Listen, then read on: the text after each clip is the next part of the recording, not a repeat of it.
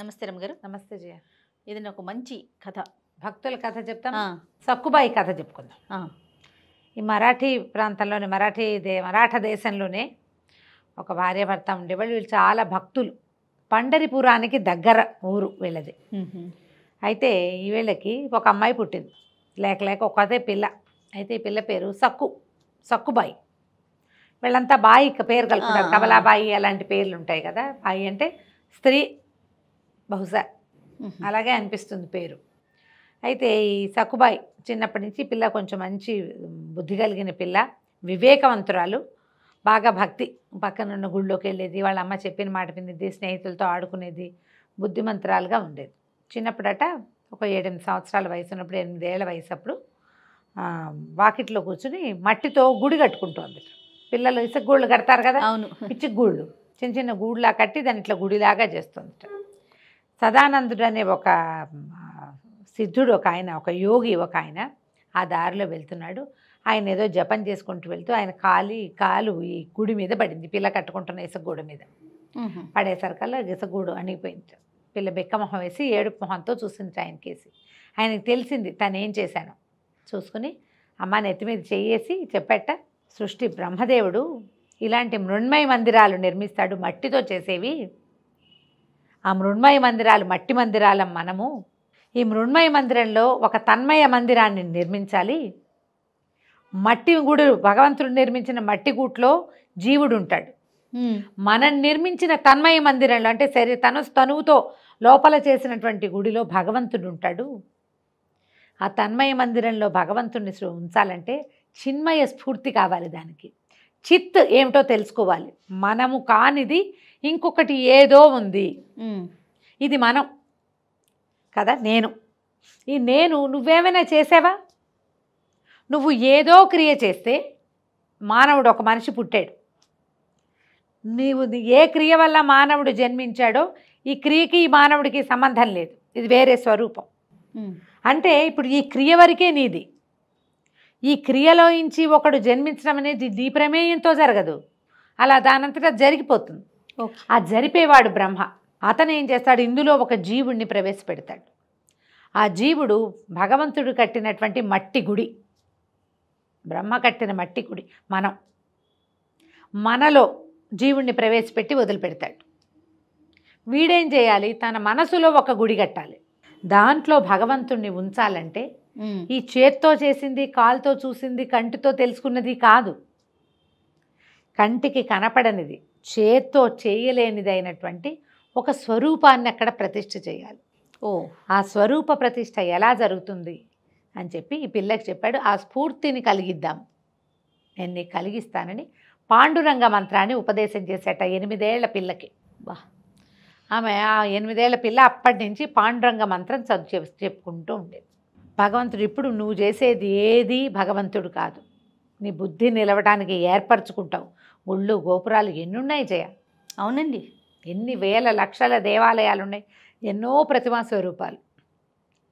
ఈ స్వరూపం మనకి ఎందుకు పెడతారంటే మన బుద్ధి ఒక స్వరూపం యందు నిలబడ్డానికి. దాని యందు నిలబడ్డాక దాని పైది ఏమిటి, అసలు భగవంతుడు ఈ స్వరూపంలో ఎందుకు కనపడుతున్నాడు, ఎందుకు ఈయన చతుర్భుజమూర్తిగా ఉంటాడు, నీలాగా నాలాగా ఎందుకు లేడు, లీలామానుష విగ్రహుడిగా ఎలా ఉన్నాడు, ఒక లింగాకారంలో ఎట్లా ఉన్నాడు, ఆమె అంత 18 చేతులు పెట్టుకుని ఎందుకు ఉంటుంది, మనలాగా ఎందుకు ఉండదు, అంట్ల చెంబులు దవ్వుకుంటూ లేదే అమ్మవారు. ఎందుకు ఒక ప్రత్యేక స్వరూపం, నీలో నీకు తెలియని భగవదంశ ఒకటి ఉంది. అది ఎన్ని రూపాలైనా ధరించగలదు. నీలో, నాలో, పిచకలో, పందిలో అంతా ఒకటే ఉంది. ప్రతి దాంట్లోనూ ఇలా ప్రత్యేకమైన స్వరూపం ఉంది. అందులోకి వెళ్ళలేకపోతాం మనం.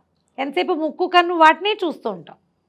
ఇలాంటి భావాలని ఈయన సదానందుడు ఈ అమ్మాయికి సక్కుబాయికి కలిగించాడు. పిల్లవ కాస్త పెద్దదయ్యాక వివాహం చేశారు. మరాఠీ పేర్లు కదా, మిత్రకాంతుడు అనే పేరున్న ఆయనతోటి పెళ్లి చేశారు. పెళ్లి చేస్తే అత్తగారు వాళ్ళు ఈ పిల్ల భక్తి, పూజ చేసుకోవటం, పాండురంగాన్ని కొలవటం వాళ్ళకి విసుగ్గా ఉండేది. వాళ్ళ ఇంట్లో వాళ్ళంత భక్తిపరులు కాదు. వాళ్ళ భక్తి అంతా గుళ్ళోకి వెళ్ళటం వరకే. జపం చేసుకునే భక్తి ఏమిటో తెలియదు వాళ్ళకి. గుడికి వెళ్ళటం, కార్తీక పురాణం వినటం, అవన్నీ ఏమిటి మొదటి మెట్టు. వాళ్ళు ఆ మెట్టు మీదే కూర్చొని అదే అద్భుతం అనుకుంటారు. ఆ మెట్టు దాటేసింది ఈ పిల్ల చిన్నప్పుడే. బాగా పని చేయించేవాళ్ళు లొంగదీసి.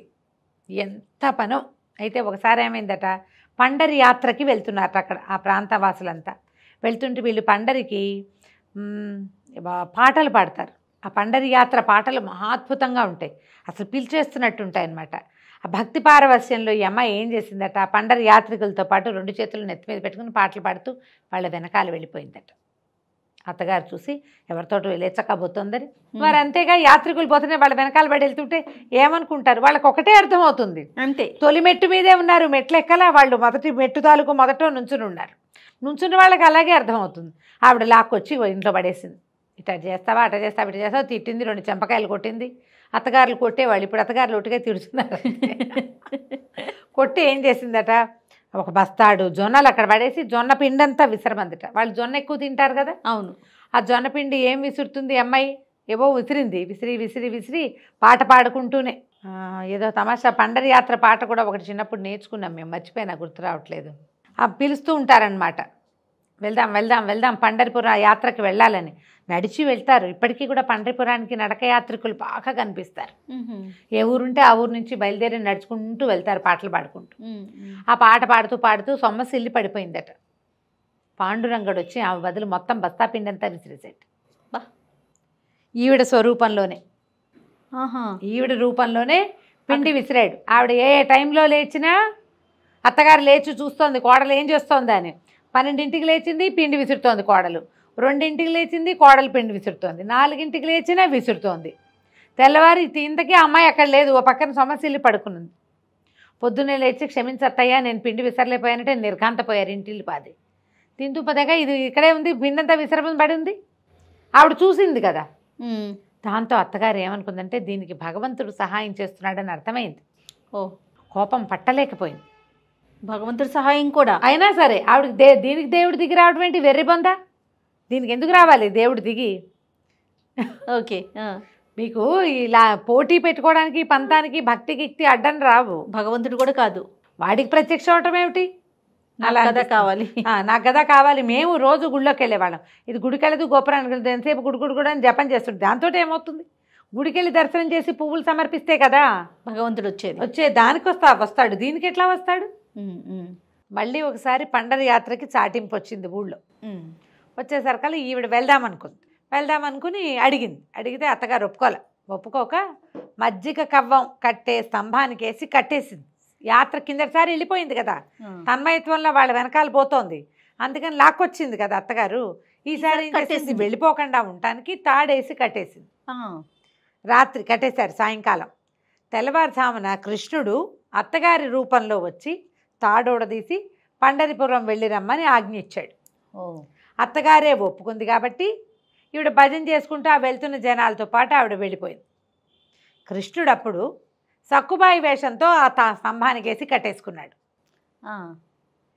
పాండురంగడే ఆయనే బంధింపబడ్డాడు సక్కుబాయి బదులు. చిన్నప్పుడు వాళ్ళ అమ్మ కట్టేసింది ఒకసారి, ఈయన్ని దేనికేసి కట్టింది, రోడ్డు కట్టింది.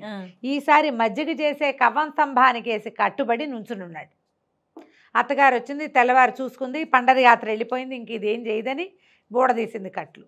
ఇప్పుడు సక్కుబాయి వచ్చేదాకా ఎవరు చేయాలి పనులు? ఇక్కడ కృష్ణుడే చేయాల్సింది. రంగడు పాండురంగడు పని చేయాల్సింది. ఇక అక్కడి నుంచి పొద్దున్నే వాకిలు ఉడిచాడు, మజ్జిగ చిలికాడు, వెన్న తీశాడు, జొన్నలు దంచాడు, రొట్టెలు చేశాడు, సంకటి చేశాడు, అత్తగారి కాళ్ళు పిసికాడు, భర్తతో ముద్దుగా ముచ్చటగా సల్లాపంగా ప్రవర్తించాడు.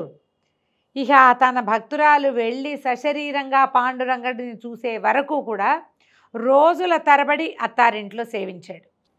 ఈ భగవంతుడితోటి సేవించబడ్డం వల్ల అత్తగారు కూడా ఒక రకంగా మెతగ్గా అయిపోయిందట. ఇంతలో ఏమైంది, 5 రోజులు 3 రోజులు గడిచింది, ఒక 3 days గడిచింది. 3 రోజుల పాటు భగవంతుడే వీళ్ళింట్లో సేవించాడు కోడలి బదులు.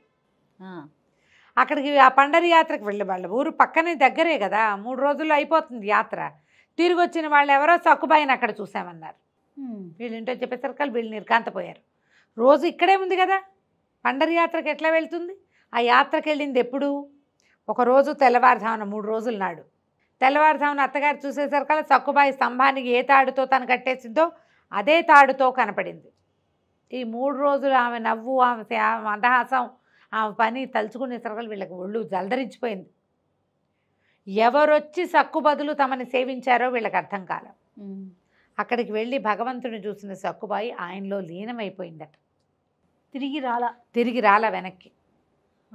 వీడికి ఇక్కడ సక్కు మరణించిందన్న వార్త వచ్చింది, శరీరం పడిపోయింది, ఆమె ఆత్మ భగవంతుడిలో లీనమైపోయింది. వీళ్ళకి కబురు వచ్చింది, వీళ్ళకి పరిగెత్తుకుంటూ వెళ్తే ఏముంది, వీళ్ళ ఇంట్లో లేదు సక్కుబాయి, అక్కడుంది ఆమె శరీరం. ఆమెను తెచ్చుకుని దహనం చేసుకున్నారు వీళ్ళు.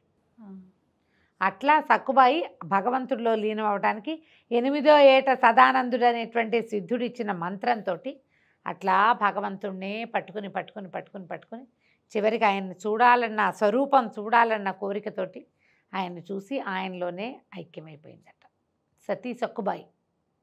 ఇది కూడా సినిమా ఉంది, అంజలిదేవి గారు యాక్ట్ చేసింది. ఓకే, బాగుంటుంది, పాటలు కూడా చాలా బాగుంటుంది, నాకు గుర్తులేవు కానీ సినిమా బాగుంటుంది. నేను బాగా చిన్నప్పుడే చూసావు, 10-12 ఏళ్ళు అప్పుడు అయ్యి ఉంటుంది.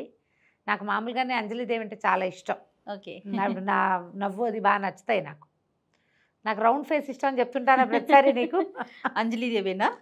రైట్, చాలా ఇష్టం నాకు.